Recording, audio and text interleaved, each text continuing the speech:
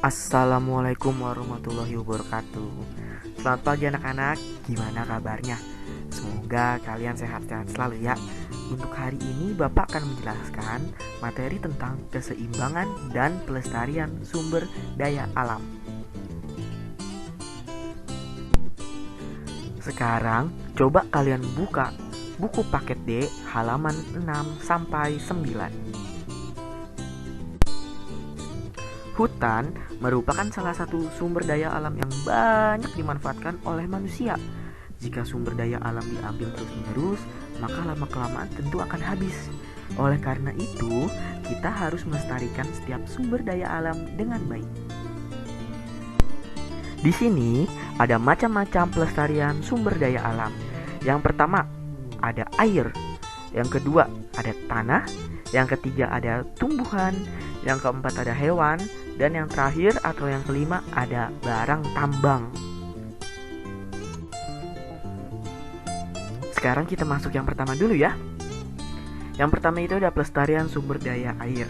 Nah, pelestarian sumber daya air ini dibagi menjadi 4. Ada yang menjaga kelestarian hutan. Nah, yang kedua ada tidak mencemari sumber air. Yang ketiga, mendaur ulang air. Dan yang keempat, menggunakan air dengan bijak. Selanjutnya, pelestarian sumber daya tanah. Yang pertama itu, tanah harus dibajak atau dicangkul agar tetap subur. Lalu yang kedua, tanah harus diberi pupuk agar tetap subur. Yang ketiga, tanah yang gundul harus ditanami kembali.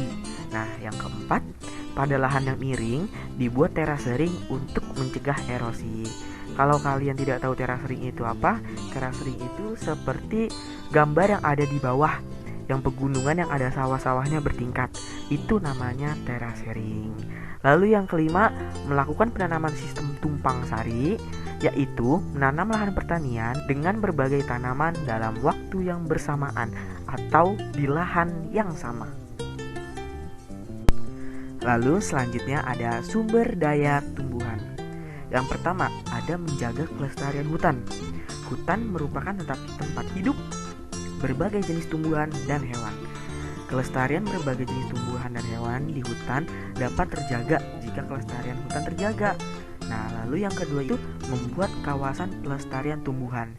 Misalnya itu seperti pada gambar di samping di sebelah kanan, yaitu kawasan pelestarian tumbuhan Kebun Raya Bogor yang terdapat di Bogor.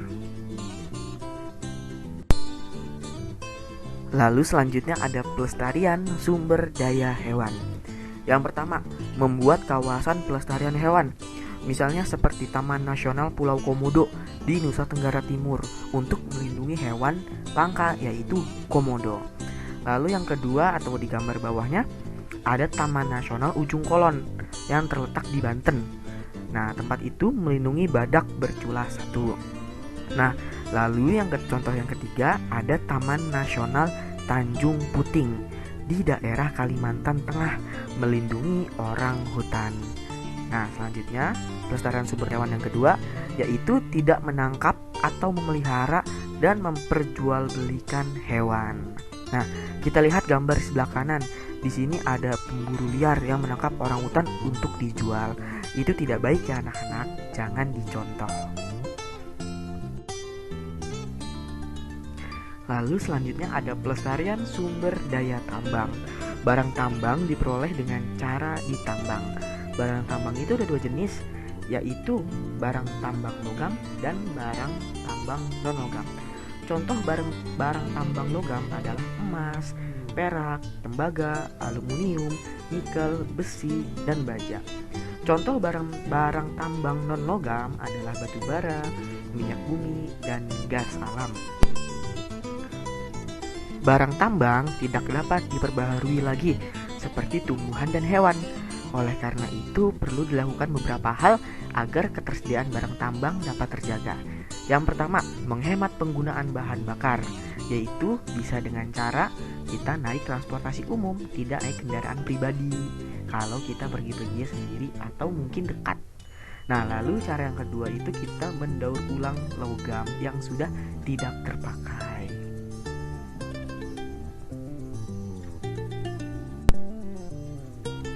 Nah, anak-anak, Sekarang coba kalian buka buku paket D halaman 20 sampai 22.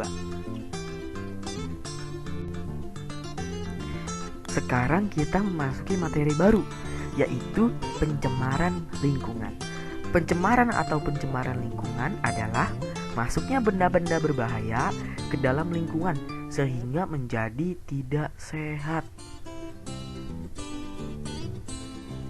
Pencemaran lingkungan ini ada 4 macam, yaitu ada pencemaran air, pencemaran tanah, pencemaran udara, dan pencemaran suara.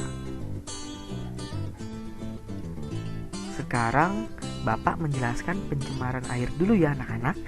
Ada banyak penyebab pencemaran air. Kita bisa lihat di video ini dan di slide ini. Yang pertama itu ada limbah pabrik yang dibuang ke sungai atau laut. Yang kedua ada limbah rumah tangga seperti sabun, deterjen, dan minyak. Itu termasuk pencemaran air kalau dibuang langsung ke sungai. Nah, yang ketiga ada sampah, ada tumpahan minyak dari kapal, pestisida yang digunakan dalam pertanian, berkembang biaknya kuman, dan yang terakhir keadaan yang tidak menentu. Keadaan alam yang tidak menentu sehingga menyebabkan banyak kematian hewan air dan air akan tercemar dan menjadi busuk. Selanjutnya ada pencemaran tanah. Tanah tempat kita berpijak juga dapat mengalami pencemaran. Akibat pencemaran tanah tidak lagi baik untuk ditinggali. Penyebab pencemaran tanah adalah sebagai berikut. Kita bisa lihat. Yang pertama, ada limbah pabrik yang dibuang tanah. Yang kedua, sampah yang tidak bisa diurai. Contohnya itu seperti styrofoam dan plastik. Yang ketiga, limbah rumah tangga. Seperti yang tadi, limbah rumah tangga yaitu ada minyak, deterjen, dan sisa sabun. Lalu yang terakhir ada pupuk atau pestisida yang digunakan berlebihan dalam pertanian. Nah, sekarang ada pencemaran udara. Nah, pencemaran udara ini ada 2, ada asap pembakaran dan debu. Asap pembakaran berasal dari pembakaran sampah, kendaraan bermotor, pabrik, dan rokok. Kalau debu itu terbawa angin hingga bercampur dengan udara yang mencemari udara.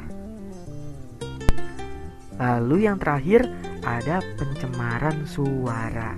Suara juga dapat menyebabkan lingkungan menjadi tidak sehat loh. Tingkat kebisingan yang tinggi menyebabkan pencemaran suara yang memekakkan telinga atau bikin telinga kita pelang. Pencemaran suara dapat dihasilkan oleh mesin pabrik, konser musik, kendaraan bermotor, dan pesawat terbang. Untuk menjaga kesehatan telinga kita, orang-orang yang bekerja di tempat-tempat pencemaran suara ini biasanya menggunakan penutup telinga. Wah, anak-anak, gak kerasa ya, kita udah sampai di akhir video. Terima kasih untuk kalian yang sudah dengerin penjelasan dari Bapak. Kalau ada yang kurang jelas, boleh langsung tanya ke Bapak via WA. Terima kasih. Bapak akhiri. Wassalamualaikum warahmatullahi wabarakatuh.